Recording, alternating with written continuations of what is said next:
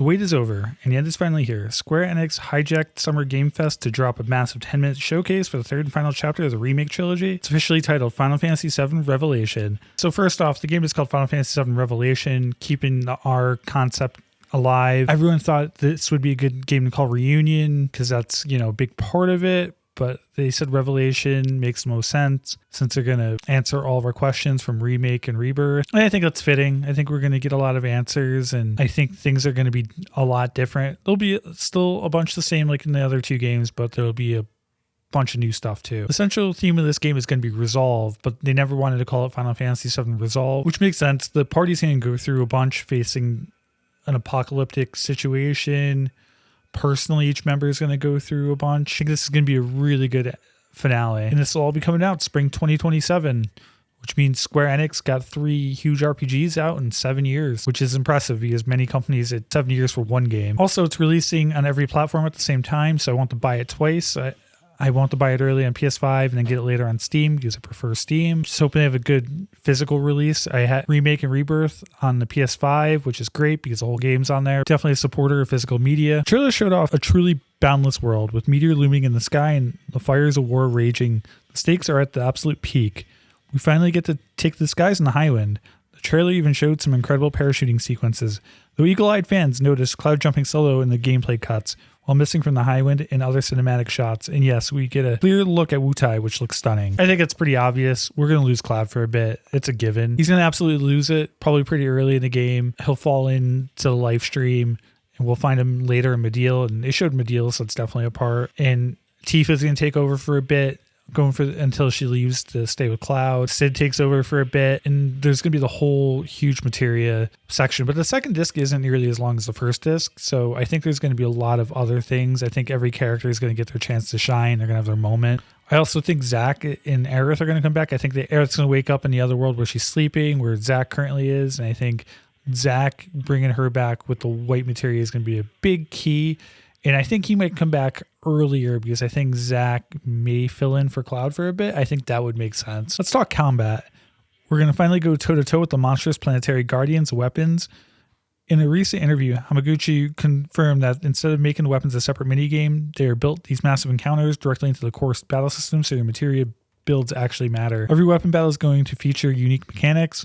The trailer even teased a brand new gun handling gimmick. We also got confirmation on the new fit system, bringing in a ton of new costumes and designs overseen. Yeah, the costumes I think will be cool because you'll be able to give your characters different looks, but it's also going to be tied to like a class system, it looks like. Like you can make Tifa into a black mage if you want, which is kind of cool because you can use whatever characters you want and they can fit whatever role you need them to. The remake's handling of the game's most shocking death ruffled a few feathers, thanks to some of the multiversal shenanigans. As torn as fans were over it, Hamaguchi confirmed that the reaction didn't stop the team from delivering the conclusion they had scripted out from the start of the remake series, which is great. I mean, I'm glad they had an idea, stuck with it. We don't want to have like a Star Wars sequel series where they're just making it up on the fly. That usually doesn't go too well. Also, giving in the fan demands and not keeping original vision usually doesn't make for a good product. Maybe sometimes it does, but generally it doesn't. So glad they're just telling the story they want to tell. Final Fantasy VII Revelation will have 50% of the world open at the beginning, which will include Midgar and locations from the previous games. The Midgar raid from later hours of the game will be recreated in the remake, but don't expect to explore the entire city as they appeared in Remake, which makes complete sense. You can go back to Midgar in Disc, you can do as early as Disc 2, but Bone Village isn't even in this game. They made that clear, which makes sense. You don't really need Bone Village for this one, but you can get to Midgar and go back to like Wall Market. I'm sure you'll be able to go back to Wall Market in this and a few sections, but Midgar is huge, so we don't need to access all of it. I want to see them make the world accessible, which it sounds like they're doing, which is going to be awesome. Players will be able to revisit the Gold Saucer amusement park, which will include a new snowboarding minigame. While the location won't factor into the main story much, Hamaguchi confirmed that it will house its own contained side story. This time around, it will also be the premier place to play Queen's Blood, Final Fantasy VII Rebirth's beloved card minigame. I had a bunch of fun with Queen's Blood. I know it's not for everyone. Might not be as good as Triple Triad, but it's pretty damn close. And I guess this can be like Red 13's big story, which I think is fun. He was a big player. That was a fun part on the boat. I'm glad they're doing more with this and excited to see what becomes of that. I can't wait to see what they do with the other characters.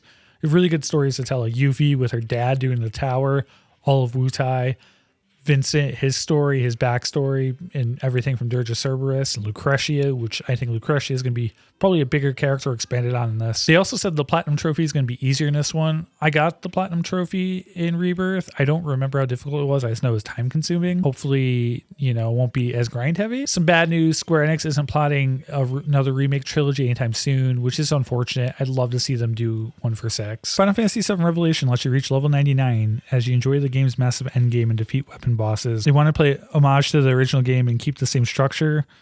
Some of the weapon encounters will be fought during the main story. Others, however, will be certain regions and the areas of the world map and can only be fought as optional bosses. I think that's great.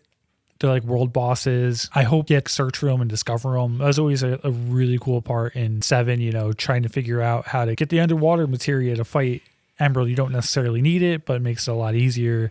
I hope they add fun elements to it like that. Characters from Advent Children, Dirge of Cerberus, and Crisis Core will appear in Revelation. Our goal is to create a single new Final Fantasy VII that incorporates the settings and concepts of all the previous spin-off titles, which is great. I think that's a great way to do it. I wonder if they're going to introduce like Kadaj and those 3 they're like remnants of Sephiroth, so probably not. But I wonder if they hint at how they come to be or something with them. It'd be really interesting. Really cool to see them expand on like Genesis from Crisis Core. There's a lot of ways they can go. Lots of characters, side stories, more on the Turks. The Turks are always interesting. Really curious how they expand on many of the characters we've come this far with. I know I touched on this a little bit, but they did confirm that you'll be traveling the Highwind and you just parachute out. I think that'll be cool. The whole world will be connected. They did that a little bit in Rebirth. Once you had the tiny Bronco, you could just take the ship and go over the ocean to other parts. But I think you'll be able to fly over the whole world and just drop in somewhere. I think is going to be awesome. They confirmed the Tifa versus Scarlet's a full mini game. I wonder if it's going to be like a QTE. It'd be really cool if they made it like a 2D fighter since she's in Street Fighter. There's new Chocobo content, but they didn't expand on that. I'm sure there's going to be Chocobo racing. I wonder if they're going to do more on the breeding to help you get some of the like secret content like Knights of the Round. That'd be a really cool callback. The affinity system's been reworked, so it's about the whole party being friendly with each other rather than just Cloud. I think that's a great move because it builds up everyone's relationships, and like I said, with everyone getting a bigger part in this, I think it'll raise the stakes and make everything feel more important. Because the original Final Fantasy, a lot of characters are kind of forgotten about after they have their parts. Like Red 13 kind of disappears after Cosmo Canyon. Vincent and Yuffie were secret characters, so they don't have that much outside of like small side quest. So it'd be really cool to get more on those characters. When asked how the remake trilogy has allowed the team to expand Vincent's presence, Hamaguchi explained that Square Enix never intended to simply retell the original Final Fantasy VII story. The development team wanted to incorporate elements from across the broader Final Fantasy VII universe known as a compilation of Final Fantasy VII and reinterpret them with a new narrative. As for Vincent specifically, it's too early to share concrete details about the new scenes or story elements we'll have, because we want to avoid spoilers. There'll be many references and familiar moments for fans who have followed Vincent's story through other Final Fantasy VII related games, which I think is great. Vincent was kind of there at the beginning. He was a Turk and then got shot by Hojo, if I remember right. His relationship with Lucretia, Hojo, Sephiroth, it's going to play a bigger role. Vincent joins because they mentioned Sephiroth, but he doesn't really seem involved or invested except for when you find Lucretia to get death penalty. So I think they can do a lot of really cool things for that. Seeing more of Vincent and Sid is going to be really cool. And Sid is also confirmed to be a Dragoon, which I think is a good call. He pretty much is a Dragoon in the game, but they're actually calling him Sid the Dragoon, which is awesome. They confirmed Knights of the Round will return, which is awesome. I think that's going to be a really cool fight, and I hope getting it to it, or however you find it, is really interesting. It's an awesome summon. It takes forever when you cast it in the game. I just built a Final Fantasy VII Magic deck with summoning cards. I don't know if it's any good. Gotta try it out with my friends. Knights Around is a big part of that. It's a fun card. Square Enix describes weapons as enemies that Cloud and his companions must stand against, so it sounds like they're no longer optional, which I think is cool. Looks like the weapons are attacking different parts. Shinra's fighting against them. I think they're going to be a constant problem outside of Sephiroth, which is great because in the original game, Ultima destroys Midil, which is a pretty crazy part. And Diamond attacks Midgar. And I'm sure those will be in there, but seeing the other weapons attack different places, like maybe the weapons are attacking a bunch of places and, you got to choose where to go. And it'd be cool to find them, fight them, save the place.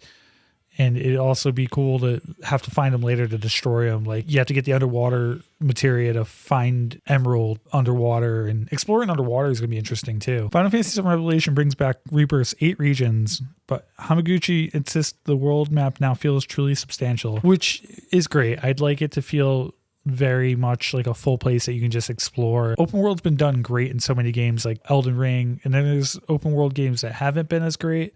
I hope this is just feels seamless and like you can explore it. I'm playing through Final Fantasy VI right now. I know it's smaller scale, but the two different worlds, World of Balance, World of Ruin, you know, you can just, especially World of Ruin, the game, once you get the airship, the game opens up, and I'm doing a guideless run, trying to do what I remember from memory, and I'm having a blast with it. Final Fantasy VII Revelation director says he's finished it 40 times and cried every time at one point. With this being called Revelation and all they're going to reveal, and they're going to hit the same beats as the original game, everything with like, you know, Aerith, and I think there's going to be big moments with the other characters too, because I think they're going to be more involved. I think this is going to be great, and I think they're going to give it a really quality ending, and I'm glad they stuck with what they wanted to and look forward to seeing what they put together. It's been a journey. This 7 years, 3 games. Love this world, love these characters. Excited to see what they do with it all. Speaking of that, 7 Remake and Rebirth has been seeing an influx of players on Steam, which I love to see. Hopefully Revelation sells really well, does really well, and maybe they'll do this again for 6. Now I'm going to read some theories and give my thoughts on them. Tifa was saved by the weapon because the planet understands her importance. I think there's a little something to that. I also, if I remember right, because I played it not too long ago, I think the White Whispers are there. I think that has a lot of influence with it. I think the White Whisper saved Zack. I don't think he could see him because he didn't interact with Aerith yet, either in the live stream or a parallel dimension. And I think he's going to come into the world and maybe step in for Cloud for a bit when he falls into the live stream. And I bet you Cloud's going to be in that other world and maybe bring Aerith back with him or something, and she comes back. I could see something like that happening. I think Tifa is very important. I think she fixes Cloud. I think she brings him back. That's going to be a crazy sequence, and I can't wait for it. Aerith will come back to life. I just touched on this. I think that's going to happen. I think the one from the other world's going to wake up and come back. I think they need to get Aerith to the world with the white materia to battle Sephiroth. I think you're going to get the gang back together. I think Zack's going to be there too. I think they're going to expand a ton on Zack. And I like Zack as a character. It'd be awesome to be able to use Zack and Cloud. Final Fantasy VII Revelation, Sephiroth already knows how the original story ended. I think this is a given. I think Aerith and Sephiroth have both said and done things that imply they know what's going on. Look how weird the end of Remake was. That was them establishing they're changing the story. Aerith definitely knew what was going on. We had the 2 different voice actors for Sephiroth. I don't think this is what they're doing, but maybe they're doing a Kojima where he had Kiefer Sutherland rather than David Hayter voice Snake in Metal Gear 5. But there's a reason for that, because you're playing as Venom Snake, not the original Snake. Maybe the original voice actor was the voice of the Genova Sephiroth, and the real Sephiroth's got the new voice actor. I also think they might make Genova the main villain, because, I mean, she is the Calamity. In the original game, you chase Genova. She looks like Sephiroth, but it's really Genova through most of the game. Sephiroth doesn't really come into play until Cloud gives him the black materia in the Northern Crater, and then you fight him in the crater because he puts the barrier over it. So you really interact with Genova way more than Sephiroth. With Sephiroth waiting at the end and Whispers making a return, it's clear Square Enix is pulling out all the stops to give this trilogy the most satisfying conclusion possible. What do you guys think? Are you hyped for the simultaneous launch? How do you feel about the new weapon fights? Let me know down in the comments. Drop a like if you enjoyed the breakdown, and subscribe for more Final Fantasy VII content as we get closer to spring 2027. I'll see you all in the next one. Thor out.